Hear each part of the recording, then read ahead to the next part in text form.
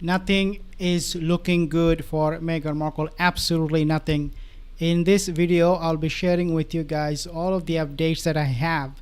You do not want to miss out on all of this because there is a big fight going on between Charles or Earl Spencer and Meghan Markle over this whole situation. As we know, they are going to be visiting UK next month, actually this month in July 7 to 11, but it is not panning out for Meghan Markle pretty well. So what is happening? This is what we want to discuss. But before I do that, not subscribe, consider subscribing, hit the like, leave a comment, let me know what do you think. And I really appreciate it coming to this channel to hear from me all the updates, because I'm more than happy to provide you with one. So security dispute, a major point of contention. Let's talk about the security part first. A major point of contention is the security arrangements for the couple. Prince Harry attempting to bounce, quote-unquote, King Charles into interfering with the official RABEC security decision-making process. So basically what Prince Harry is now trying to do, and I think he's trying to also blackmail his father by telling him that, hey, we are very close to coming to UK and you want to see the kids, right? Even though the stay will be very short. According to one report, it said 24 hours. But Harry, the way he's pitching it to his father, to me, what it looks like is that you want to see your grandchildren, right? And the father goes like, King Charles goes like, yes, oh, my beloved children, oh, my beloved grandchildren, I want to see them as I'm aging. I do not know how long I will live, so let me see them, let me see them. Then Harry, this is how it is all playing out, goes back to his father, tells him that, okay, I understand you want to see your grandchildren and you're aging, but you have to do something for me. And that is, you have to talk to the RABEC, the VIP Executive Committee, and also the Royal and VIP Executive Committee, and ask them if they can arrange some kind of security, a special security for us. And can you make that also permanent so that I can have it permanently when you are not around? So basically, this is how I think it is playing out behind the closed doors, because with Prince Harry, you cannot trust him at all. Now, what is also happening is Buckingham Palace is losing patience with the couple's lack of acceptance regarding the accommodation offered to for their visit. Now, the accommodation obviously is only gonna save them a little bit of money, not a lot, because they are not going to be, number one, staying there for too long, and number two, the accommodation by the monarchy will not be like a very expensive one. It is something that they can use, not a big deal. They have, according to one report, Meghan and Harry, they have stayed in that place before. I do not know if they will accept that though, because again, if they are not treated like a VIP, Meghan and Harry will be like, no, thanks, but no thanks. We will find our own accommodation. And then we will throw you under the bus by telling the whole world that, hey, look, my family, this is how they treated us when we went to UK. So the blame will be on you. Obviously, these things would not matter and don't matter to Prince William, but it does for the King Charles.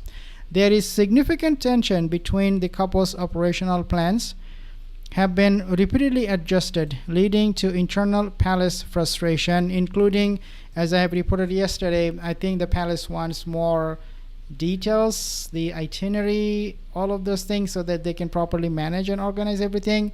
Meghan and Harry, on the other hand, they are not confirming, neither they are, they are not confirming anything. At the same time, they are really not disapproving of anything. So they're not saying, okay, we will take care of our own business, we do not need your accommodation. They're not also saying that, yes, we will stay with you, so where is the place? So this duplicitous duos, like, they are waiting for the last moment. They want to see how Sussex squad will react to all of this, and if they are able to get some publicity, because Meghan needs to create a controversial situation. This whole trip, Meghan wants it to be as controversial as possible, because that way more people will pay more attention, and in the process she'll be able to sell her images, footages that she will get, or those videos, who knows, even secret recordings. Now, this behavior risks making the king look weak and suggest it is placing undue stress on him while he is undergoing cancer treatment. For example, Angela Levin, a royal biographer, joins the discussion to characterize Prince Harry's actions as a result of being controlled by Meghan Markle and questions the logistics of bringing young children for such a brief, high-stress trip. Well, that is not what Harry said he will do. He never said, I will bring the kid. It was never on the agenda, but Meghan Markle, because she controls Harry, as Angela Levin just said, she told him that, yeah, they are coming with us because without them, I cannot make money. People will not be interested, you and me, because we are aging, we are getting uglier. You don't have a head full of hair, so people are not interested in you. Bring the kids, I can make more money because I'm going bankrupt at the moment. And according to another report, by December, Meghan will go bankrupt with her business venture, whatever it means for her, right? In contrasting public perception of Princess of Wales Catherine, Angela Levin specifically praises her humble conduct during the Three Peaks Challenge and her secret charitable donations. She does a lot of donations, Princess of Wales. However, you will not know them simply because she is not like all about PR. She's all about give, and don't make a big deal out of it. Meghan Markle clashes Earl Spencer over kids. Spencer family refuses, as we know, Meghan take any footage of Diana's grave along with the kids. And I do believe that at this point, Charles Spencer or Earl Spencer, the whole family, they want something about the kids that Meghan might be hesitant to. So for example, they might want to see the kids and hug them, kiss them, adore them, want to have a close look at them, because if they do that, Meghan will not be happy. Meghan tries to hide everything about the children, so surrogacy, all of this moon bump and all these things, they might start questioning too, just like we are doing now. Harry, when it comes to security, his big problem is that other people are getting security, right? Why am I not getting? So he gave an example of Taylor Swift. So why is Taylor Swift security comparison wrong? The security provided for Taylor Swift during her 2024 London concerts was a time-limited reactive measure necessitated by a specific, credible, and immediate terror threat following a foiled plot against her shows in Vienna. In contrast, Prince Harry is seeking permanent taxpayer-funded security with which Ravik has determined, am I saying it right? Ravik has determined is not warranted based on his current risk assessment.